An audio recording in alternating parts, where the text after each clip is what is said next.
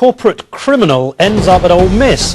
Just ahead on Nightline, from prison to podium, the convicted corporate felon making a new living from his knowledge of crime.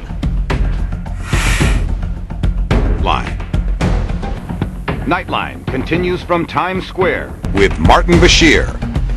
Meet the veteran of another big corporate scandal who admitted wrongdoing, served hard time, and then found a second act. We visited him in Mississippi for our series, The Bottom Line.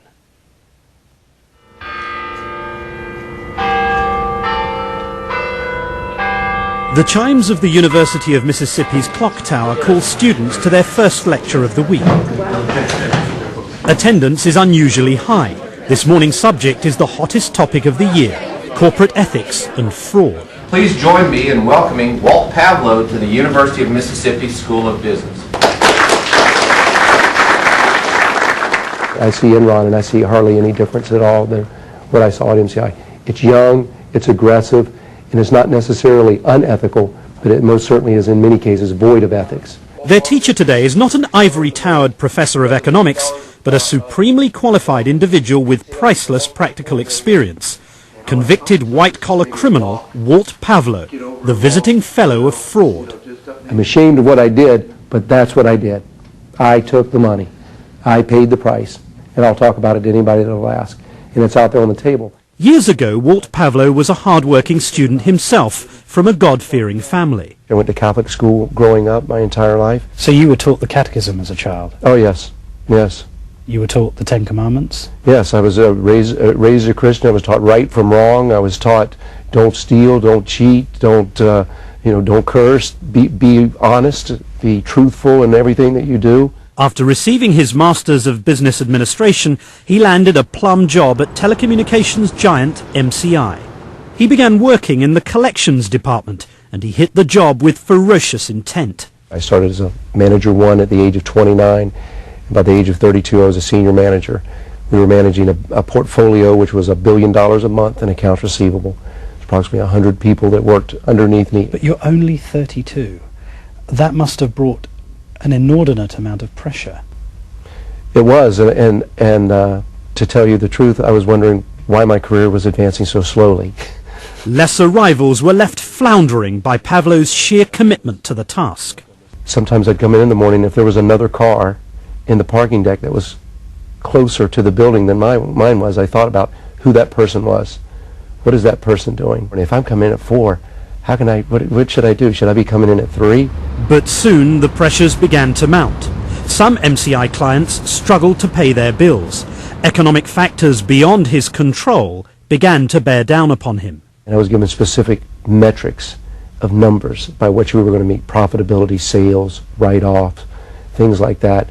As part of a team, and I was on the collection team, and then I stopped.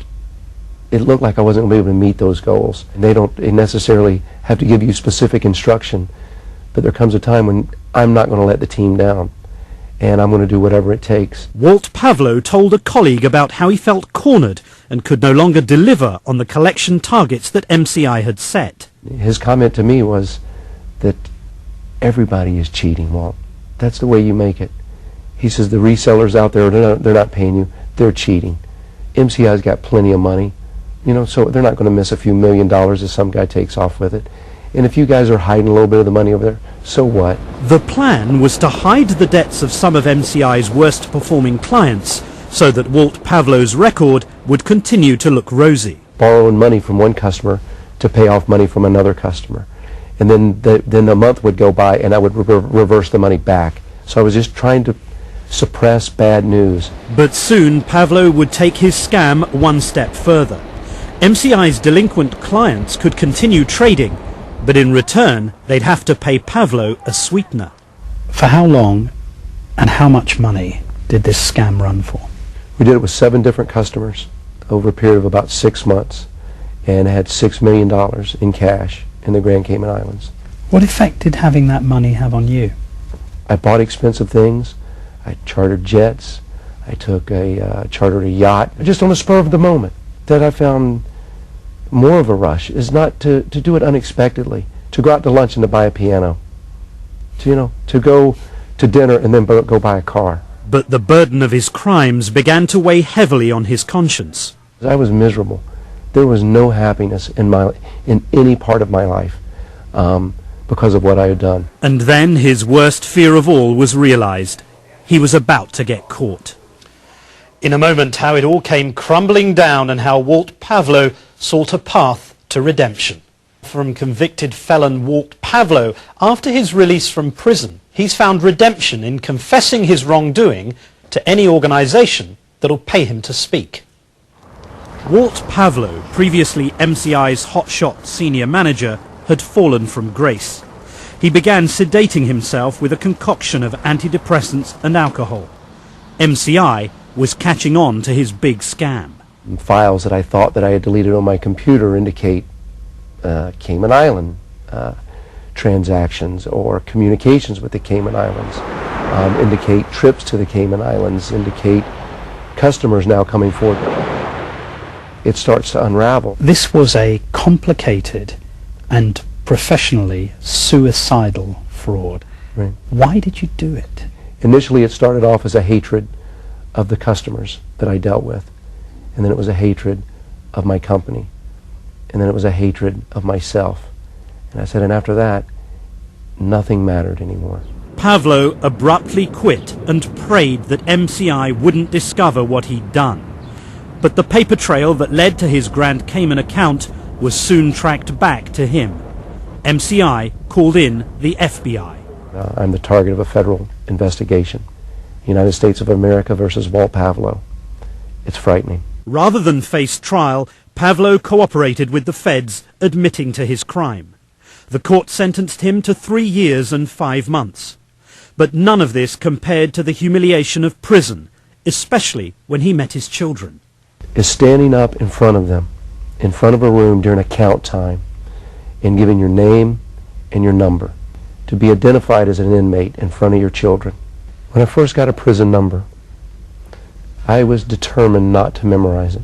Now, forever etched, 520711019 comes to me more easily than does my Social Security number. When Pavlo was released, he tried to re-enter the world of work, but few companies wanted to employ a convicted felon. Okay, now they can't catch me. Okay, but it all comes out.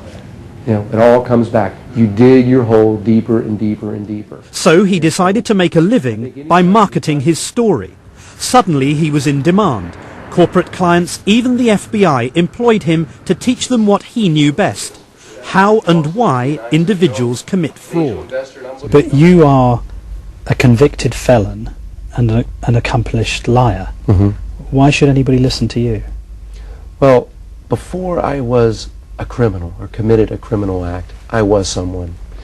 I was someone who was on the fast track and did a lot of things right in my life. I've paid a significant price for what I've done, and I tell people that, and I educate people on with a cautionary tale about what's going on out there, and I'm trying to make a difference, and it's a way for me to move on with my life, and I feel good about my career for once. And with corporate scandals making the headlines on a daily basis, he's busier than ever. Can you understand how a company like Enron, which was previously a symbol of corporate success in America, how that company had actually overstated its earnings by more than $1 billion every year for a period of 4 years? I can. And it's the euphoria of good news. Enron did, for a very long period of time, report accurately, report record earnings, because they were record earnings. And then when they weren't anymore, they said, we have record earnings again. And everybody says, that's good. That's exactly what we expected from you. And nobody asked. Nobody asked the question. And then they do it again. And then the numbers get bigger. So the expectation for good news was built in already. Pavlo's message now has greater resonance. Enron, Tyco are not unique. All of us are perfectly capable of the perfect crime. I am not a Dennis Kozlowski. I am not a Bernie Evers. I represent an average person in middle management sitting in that seat that can really relate to my story And I believe that more than anything, that's what makes my story just a little bit different. It isn't that far from the person sitting in the chair in the front row that I'm speaking to, that they could be in the experience that I experienced.